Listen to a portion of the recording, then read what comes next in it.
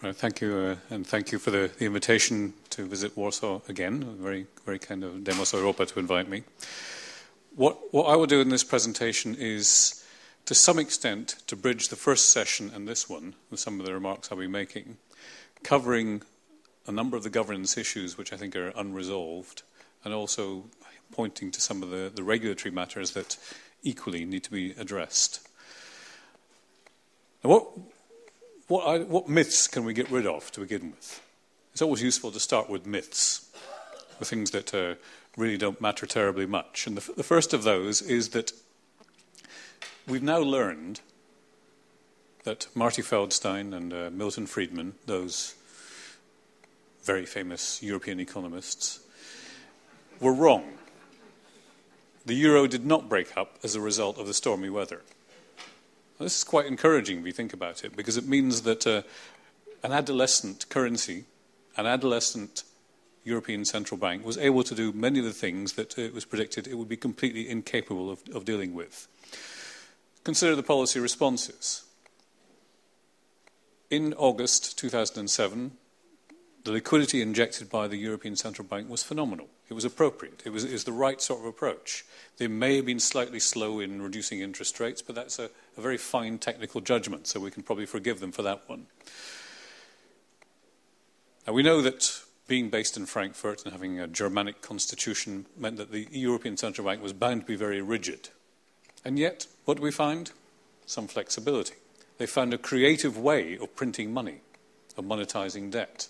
They've done it through an indirect channel, but nevertheless, there has been a form of quantitative easing at euro area level. So that too is an aspect of maturity that I think is worth bearing in mind. Now, I won't deal with this for very long because it's absurd. The idea that the euro is going to break up. Just consider, and we discussed this very briefly in the previous session, what would happen to Italy if it withdrew from the monetary union. In the period running up to joining the monetary union, Italy's public debt was more or less the same level it is now, just around 100% of GDP. The debt service cost was 11% of GDP because interest rates were extremely high.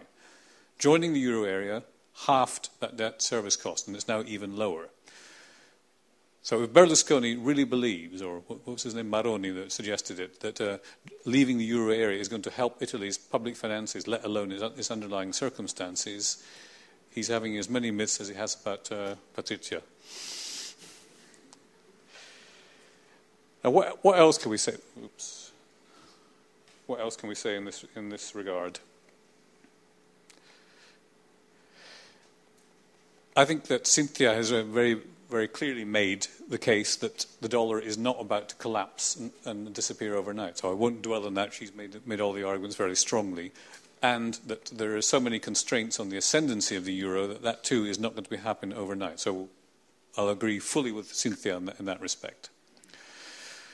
Now, one of the things that did emerge in the previous discussion, though to a limited extent, is the complications of policy mix in the European Union.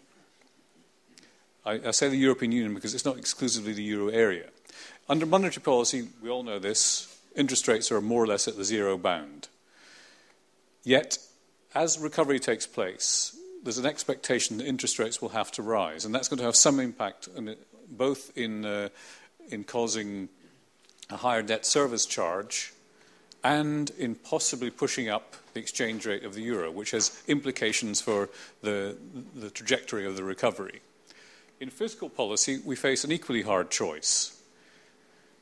We know that consolidation of public finances has to happen at some point. But when does it happen? That's the crucial thing here. Is fiscal policy reaching the stage where it's crowding out the private sector? I suspect not. Not still for a year or two.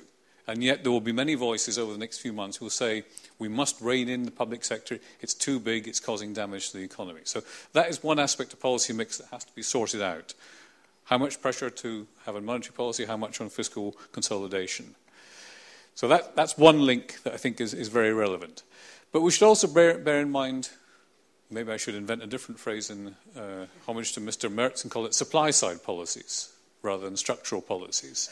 It's the extra ingredient in the policy mix which we tend to overlook, and it has ramifications in two directions. Supply-side policies do influence fiscal policies in a number of ways. First, they cost money. You don't do supply-side policies for nothing. But supply-side policies can also lead to productivity improvements, which lead to better economic performance and raise fiscal revenue, improve the circumstances. A less examined connection is between supply-side policies and monetary policy.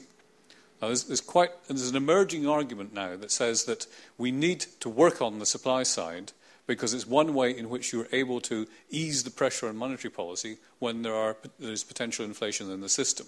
And that link, I think, is not terribly well made. It's one we need to think rather harder about. And what about the things that do need some attention in the euro area?